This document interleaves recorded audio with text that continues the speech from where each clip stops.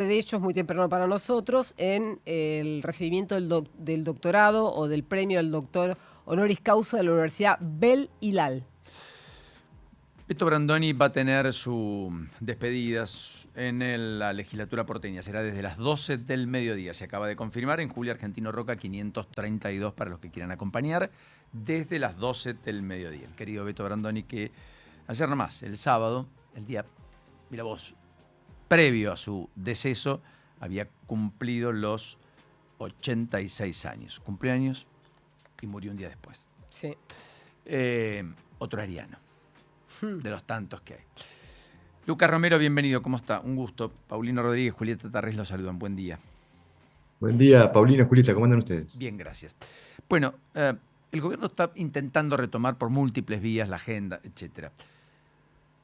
Parece que se le fuma rápido el éxito o los logros, los triunfos parciales, y que todo es engorroso, todo es trabajoso, pese a tener más número en el Congreso, pese a tener hipercentralidad, pese a tener muy atomizada la oposición y a un peronismo aún desorganizado que, por más intentos que haga, parece difícil de unir incluso todas las piezas que están bastante complejas. Y entonces ahí aparecen algunos espacios que intentan ser llenados por determinados actores. Macri, que anda por el norte argentino, pasó por Corrientes, estuvo en Chaco, tratando de aglutinar a los propios. El PRO, que empieza a generar reuniones en distintos lugares.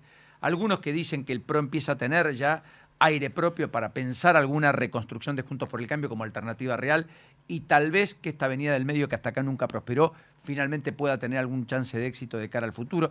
¿Qué estás viendo, Lucas? Bueno, la pregunta me lleva o me invita a responder mirándolo todo desde el 2023, porque efectivamente cuando uno trata de entender la realidad política argentina, uno siempre cae en esta idea de que en la Argentina sucede lo que sucede en todos los países del mundo, que hay una suerte de dualidad estructural que subyace a la escena, ¿no? Una dualidad que nos organiza, nos organiza en grupos, en posiciones. Esta dualidad es la histórica dualidad peronismo-antiperonismo, que tuvo su versión en este siglo, kirchnerismo-antikirchnerismo. Ahora, la dualidad que explicaba el proceso electoral en 2023 tenía un condimento adicional que era el deseo de una gran mayoría de la sociedad argentina de cambio. Eso galvanizó un ecosistema social de votantes que fue a esa elección en 2023 buscando a alguien que represente ese cambio. Y Milei tuvo la ventaja de que pudo ganar e imponerse en esa interna por representar ese cambio con el resto de las ofertas opositoras de aquel entonces, y llegó al balotaje con esa ventaja, ¿no? Aún siendo desconocido, aún no teniendo un partido político, aún no teniendo experiencia política, se impuso porque la demanda de cambio era lo que aglutinaba esa mayoría que lo votó.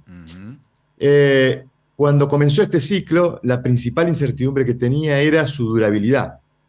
¿Por qué? Bueno, porque era un presidente muy frágil políticamente que enfrentaba un desafío económico complejísimo. Y el gobierno logró atravesar los 2 años más complejos de su mandato con éxito electoral, porque llegó a la elección de medio término y ganó. La pregunta es si ese éxito electoral es producto de lo que el gobierno le había devuelto a la gente o es producto de que esa demanda de cambio todavía existía en la escena. Y a ese electorado mayoritario que demanda cambio se le volvió a poner el mismo dilema, o Milei o el peronismo. Si es esto segundo, esto relativiza el triunfo electoral del gobierno. ¿Lo relativiza en qué sentido? En que la gente revalidó el apoyo a Milei, pero eso no significó que la gente estaba satisfecha con Milei. Yo creo que esta interpretación, es la que explica este proceso de deterioro tan rápido que ha sufrido el gobierno 6 meses después de ganar esa elección. Lo que nos está diciendo esta escena es que la gente todavía no ve con satisfacción el cambio que se le está ofreciendo. Y esto debería ser tomado en consideración por Milei y no interpretar que efectivamente Milei le dio a esa gente lo que la gente estaba esperando. La gente todavía espera más. Dicho todo esto, al caer en desgracia Milei en las encuestas, al ver este proceso tan notorio de deterioro del clima de opinión pública para con este gobierno, empiezan a emerger el resto de los actores que también estaban queriendo representar el cambio en 2023. Y termino con esto, porque creo que esto termina de pintar la escena. La entrada en desgracia de Milei en las encuestas no se está traduciendo literalmente en una capitalización de esta desgracia por parte de aquellos que representan el otro ecosistema de representación y de votantes en Argentina, que es el peronismo. No estamos viendo un peronismo que está capitalizando esto. Y acá es donde aparece entonces a todos aquellos actores que no formaron parte de lo que Milei representaba en 2023, que compitieron por representar ese cambio, que dicen, bueno, quizás a lo mejor la gente ahora va a querer otro cambio distinto al que eligió en 2023, pero va a querer seguir queriendo un cambio respecto de lo que vivió hasta 2023. Ahí aparece la posibilidad de que emerjan otros actores que representen el cambio de un modo distinto al que lo representa Milei, ¿no? En este sentido, Lucas, te escucho y es siempre muy atractivo hacerlo. Parecería ser que el gobierno empezó a confrontar con alguien que ya no es opción para la gente, que es el peronismo.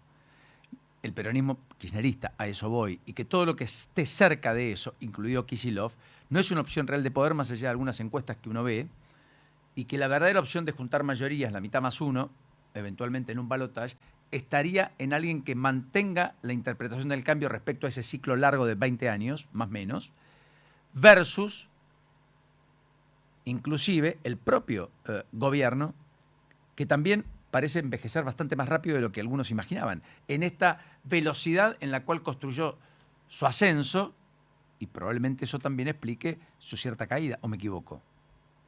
Sí, claro, interpretás exactamente lo que quería significar. Es decir, yo creo que lo que no ha cambiado respecto al 2023 es que esa composición social de votantes, de gente, que demandaba un cambio respecto a lo que estaba viendo, pareciera mantenerse.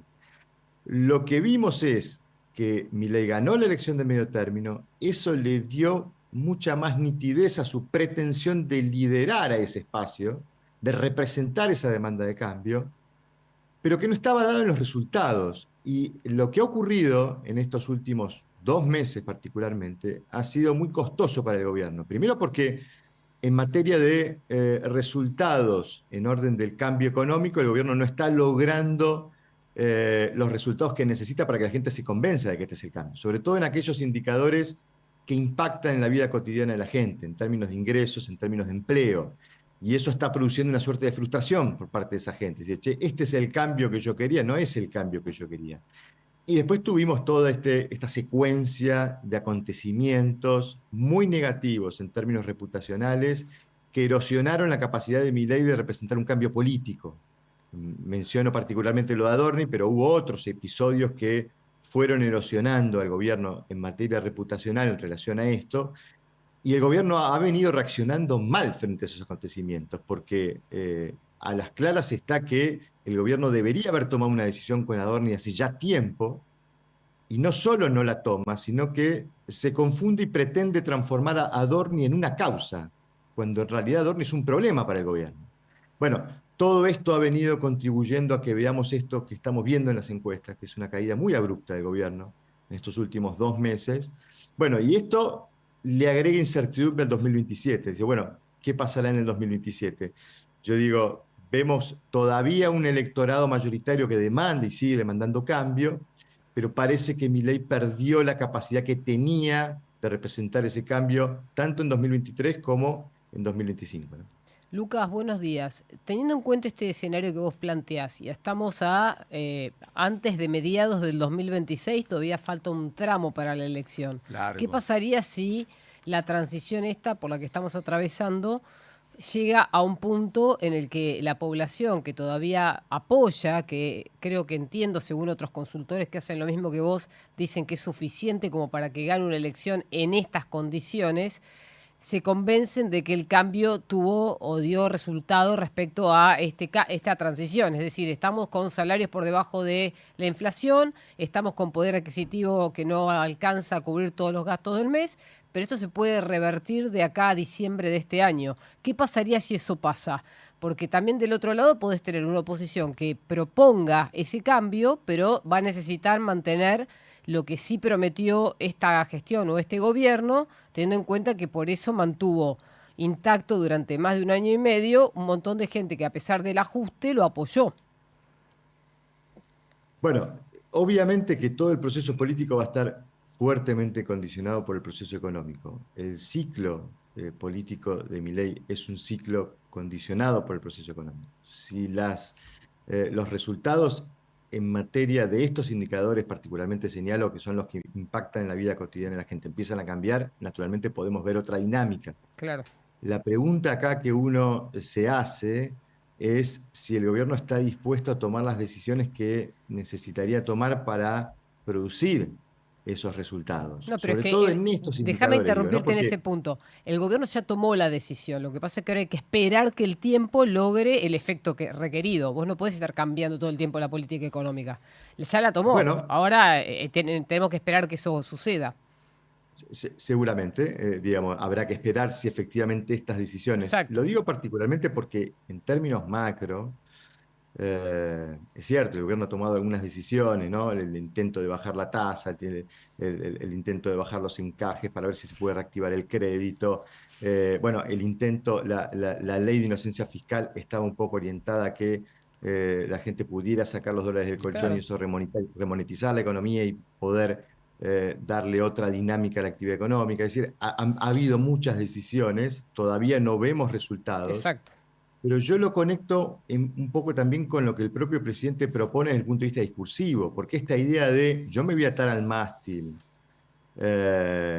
y voy a seguir, digamos, tomando las decisiones que he venido tomando, sin advertir que aquellos consejos o aquellas recomendaciones de que tome algún otro tipo de decisión para buscar otro tipo de equilibrio entre baja la inflación y estabilidad o actividad económica, que es un poco la discusión que se está dando en materia económica. El presidente dice que no hay tal trade-off, pero hay otros economistas que sí, que dicen que efectivamente uno podría pensar en un set de decisiones de política económica que estén orientadas a priorizar más la actividad económica que la baja de la inflación. Si esto que estoy diciendo existiese, no me quiero arrogar la facultad y la autoridad para sostenerlo desde el punto de vista técnico, pero si existiese un trade-off entre actividad e inflación, uno interpreta que el gobierno pareciera seguir buscando prioritariamente la baja de la inflación, cuando la mayoría de la sociedad le está pidiendo lo contrario. Acá es donde digo, el interrogante de si el gobierno está siendo sensible a esto y está tomando las decisiones necesarias para corregir esta suerte de controversia que hay entre la política económica y lo que la gente siente. Si las condiciones económicas cambian, naturalmente el gobierno va a volver a fortalecerse, podríamos ver una dinámica distinta en las encuestas y podríamos cambiar nuestro pronóstico respecto de lo que vemos en 2027. Uno construye cálculos sobre la base de lo que ve en la coyuntura y hoy estamos viendo esto, una Correcto. dinámica bastante compleja para el gobierno. Veremos qué sucede de aquí a fin de año y cómo entramos al 2027. La verdad es que definitivamente, Lucas, si uno pone el retrovisor 6 meses atrás, había un escenario casi allanado para la reelección. Hoy, misterio, enigma, signo de interrogación. Pero la verdad que en la Argentina, todos los presidentes de los últimos, yo diría 40 años y más, Alfonsín también, fueron casi por sorpresa. O sea, no podía ganar Alfonsín porque volvió el peronismo, ganó. Cajón de Herminio en el medio, no importa. No podía ganar Menem porque era Cafiero el candidato del peronismo, pero sorprendió. Después no podía ser reelecto porque había 18% de desempleo, ganó. Y el peronismo había generado una alternativa electoral. Después finalmente Kirchner era el desconocido, 6 meses antes nadie lo tenía en el radar, ni siquiera era alguien que pudiera sumar votos. Tal cual. Cristina Fernández de Kirchner fue porque Néstor dijo, pero nadie tampoco veía a Cristina presidente, era la reelección de Néstor. Después apareció la reelección de Cristina cuando todo el mundo pensaba que había un antikirchnerismo muy fuerte después de la crisis del campo del 2008 y la derrota electoral del propio Néstor Kirchner en vida en 2009. Y no ocurrió, y hubo una mayoría especial. Y después era Scioli el candidato que parecía ganar, o Massa, que era el que interpretaba mejor el cambio que Macri, que arrancó tercero la campaña y la carrera del 2015, porque era el extremo, y los extremos en la Argentina no eran gobierno nunca, y ganó, y finalmente fue presidente. Y después kirchnerismo no volvía más, porque José López, los bolsos, etcétera, porque había perdido la propia Cristina en 2017 contra Esteban Bullrich. Y eso hacía casi inverosímil la idea de que Cristina vuelva. Y construyó un esquema que otra vez depositó al peronismo en el poder. Y después era o Rodríguez Larreta o Bullrich. Y discutíamos el tercer lugar de Milei, más o menos 20%. Y ganó Milei. Sí. Y 6 meses antes nadie decía Milei es presidente. Salvo el día después de la PASO. Entonces, ¿qué quiero marcar, Lucas? Ayúdame por último y para el cierre. Definitivamente hacer pronósticos en la Argentina, para los que somos politólogos, en esta te eximo, los economistas son parecidos igual. Siempre aparece el cisne negro en el medio que explica como las los cosas. meteorólogos. Y somos los que contamos qué va a pasar en 6 meses para después decir por qué no ocurrió lo que dijimos que iba Sí. a suceder. Lo que decía Winston Churchill. Los economistas que están más acostumbrados a hacer pronósticos tienen un recurso que es muy interesante para el pronóstico, que es esta condición de ceteris paribus, ¿no? Y digo, bueno, Sí. ceteris paribus, yo puedo proyectar que va a pasar esto. Es muy difícil que en la realidad pase ceteris paribus, es decir, que todo el resto de las variables no se muevan. No, yo diría, cuanto más necesidad hay, la novedad se vuelve más virtud. Quizás esto Correcto. ayude a entender todo este recorrido que has hecho vos, Paulina, es decir, porque la Argentina ha sido un país de necesidades Muy en bien. estos últimos 40 años. ¿no? Comparto. Entonces, acá la pregunta es, ¿en qué medida Milei ha dejado de representar el hecho de ser una novedad? ¿Y en qué medida Milei va a seguir representando o dejar de representar un cambio? Porque en definitiva yo creo que seguimos viendo Muy un bien. país con necesidades y un país que va a demandar